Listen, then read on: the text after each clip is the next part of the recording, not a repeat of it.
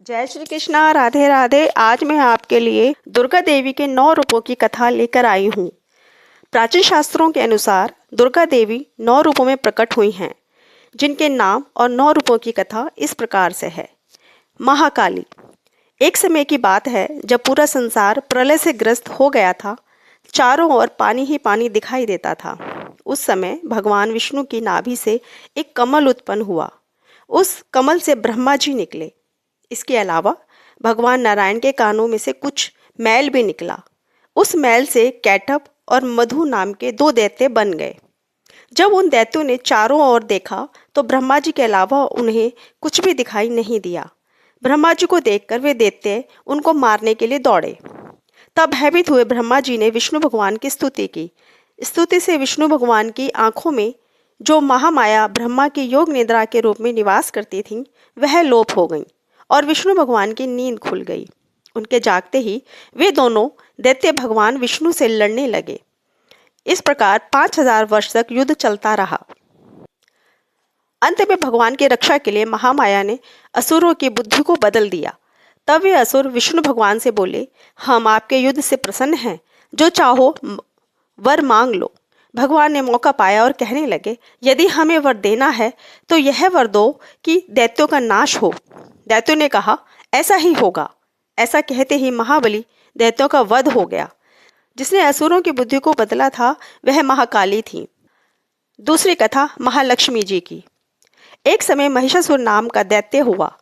उसने समस्त राजाओं को हराकर पृथ्वी और पाताल पर अपना अधिकार जमा लिया। जब वह देवताओं से युद्ध करने लगा तो देवता भी उससे युद्ध में हार कर भागने लगे। भागते भागते वे भगवान विष्णु के पास पहुंचे और उस दैत्य से बचाने के लिए स्तुति करने लगे। देवताओं की स्तुति करने से भगवान विष्णु और शंकर जी प्रसन्न हुए। तब उनके शरीर से एक तेज निकला, जिसने महालक्ष्मी का रूप धारण कर लिया। इन्हीं महालक्ष्मी ने महिषासुर दैत्य को युद्ध में मारकर देवताओं का कष्ट दूर किया था। तीसरी कथा महासरस्वती जी या चामुंडा देवी की। एक समय शुंभ निशुंभ नाम के 2 दैत्य बहुत बलशाली थे। उनसे युद्ध में मनुष्य तो क्या, देवता तक हार गए। जब देवताओं ने देखा कि अब युद्ध में नहीं जीत सकते, तब वह स्वर्ग छोड़कर भगवान विष्णु की स्तुति करने लगे।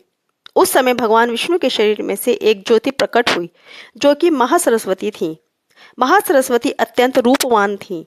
उनका रूप देखकर वे दैत्य मुग्ध हो गए और अपना सुग्रीव नाम का दूत उस देवी के पास अपनी इच्छा प्रकट करते हुए भेजा। उस दूत को देवी ने वापस कर दिया।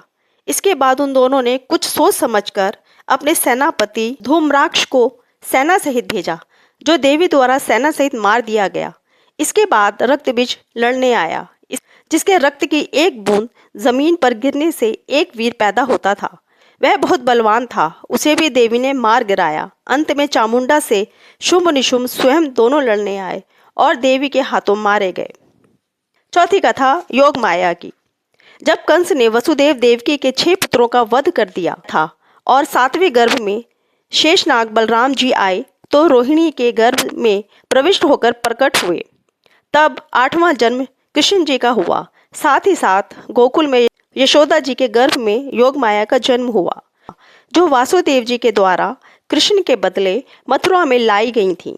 जब कंस ने कन्या स्वरूप उस योग माया को मारने के लिए पटकना चाहा कि वह हाथ से छूट गई और आकाश में जाकर देवी का रूप धारण कर लिया।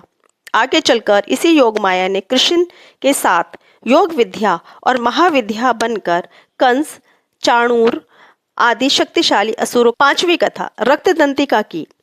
एक बार वप्रचित्ति नाम के असुर ने बहुत से कुकर्म करके पृथ्वी को व्याकुल कर दिया। उसने मनुष्य ही नहीं बल्कि देवताओं तक को बहुत दुख दिया। देवताओं और पृथ्वी की प्रार्थना पर उस समय दुर्गा देवी ने रक्तदंतिका नाम से अवतार लिया। वह प्रचित्ति आदि असुरों को मारकर उनका रक्तपान किया। इस कारण से इनका नाम रक्तदंतिका विख्यात हुआ। शाकुंभरी देवी की। एक समय पृथ्वी पर लगातार 100 वर्ष तक पानी की वर्षा ही नहीं हुई। इस कारण चारों ओर हाहाकार मच गया। सभी जीव भूख और प्यास से व्याकुल हो मरने लगे। उस समय मुनियों ने मिलकर देवी भगवती की उपासना की। तब जगदम्बा ने शाकुंभरी नाम से स्त्री रूप में अवतार लिया और उनकी कृपा से जल की वर्षा हुई, जिससे पृथ्वी के समस्त जीवों को जीवन दान प्राप्त हुआ। श्री दुर्गा माँ की कथा। एक समय भारतवर्ष में दुर्गम नाम का राक्षस हुआ।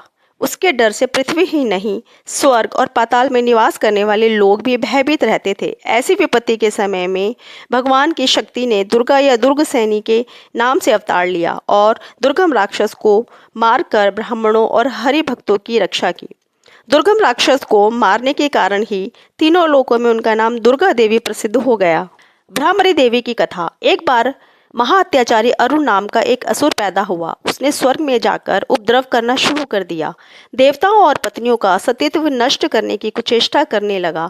अपने सतीत्व की रक्षा के लिए देव पत्नियों ने भौरों का रूप धारण कर लिया और दुर्गा देवी की प्रार्थना करने लगी। देव पत्नियों को दुखी जानकर मात्र दुर्गा ने भ्रामरी का रूप धारण कर उस असुर को उसकी सेना सहित मार डाला और देवताओं के सतीत्व की रक्षा की। चंडिका देवी की कथा।